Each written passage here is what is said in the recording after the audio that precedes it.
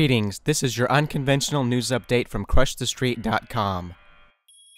In a not-so-shocking turn of events, after food stamp use has already skyrocketed in recent years, the U.S. Department of Agriculture has given a $5 million bonus to the state of Oregon for its efficiency and increased recruitment into the Supplemental Nutritional Assistance Program. Obama has awarded Oregon $5 million because they were able to enroll so many people in the food stamp program. The government is encouraging states to expand their food stamp programs.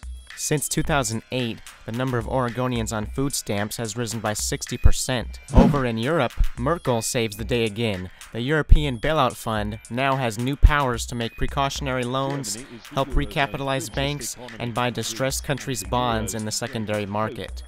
Well, the euro survives another day. As German bonds fell, public opinion is against further bailout still. Even though the European crisis will eventually hit the U.S. should be more worried about its own problems. Investor Jim Rogers claims that we are in worse shape with big bankrupt states, pension plans underwater, and larger debt and trade deficits than Europe. Not only are Europe and the U.S. in bad shape, but New Zealand's credit has just been downgraded by the two major agencies from AA+ to AA.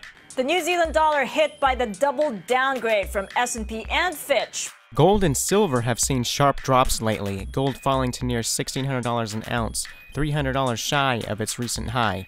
Silver has been dipping under $30 per troy ounce. Other commodities were hit as well as the dollar gained some strength to bring the index to 78.65, about a 4-point raise in the last month. A week ago it was the Shanghai Exchange, raising margin requirements that initially lowered the precious metals. Back on September 23rd, global trends forecaster Gerald Celente told King World News that he is now purchasing physical silver after previously holding mainly physical gold. He states that gold may be blamed by central banks for financial troubles and that we are seeing a similar pattern as to what happened directly after the Great Depression of the 1930s. Just today, Gerald claims to GoldSeek Radio that central banks orchestrated the recent plunge in gold to scare people away from investing in precious metals. A recent news clip saying gold isn't backed by anything and the US dollar is backed by the US government and is thus safer is completely ridiculous. After over 80,000 views, the video was pulled from YouTube over copyright claims.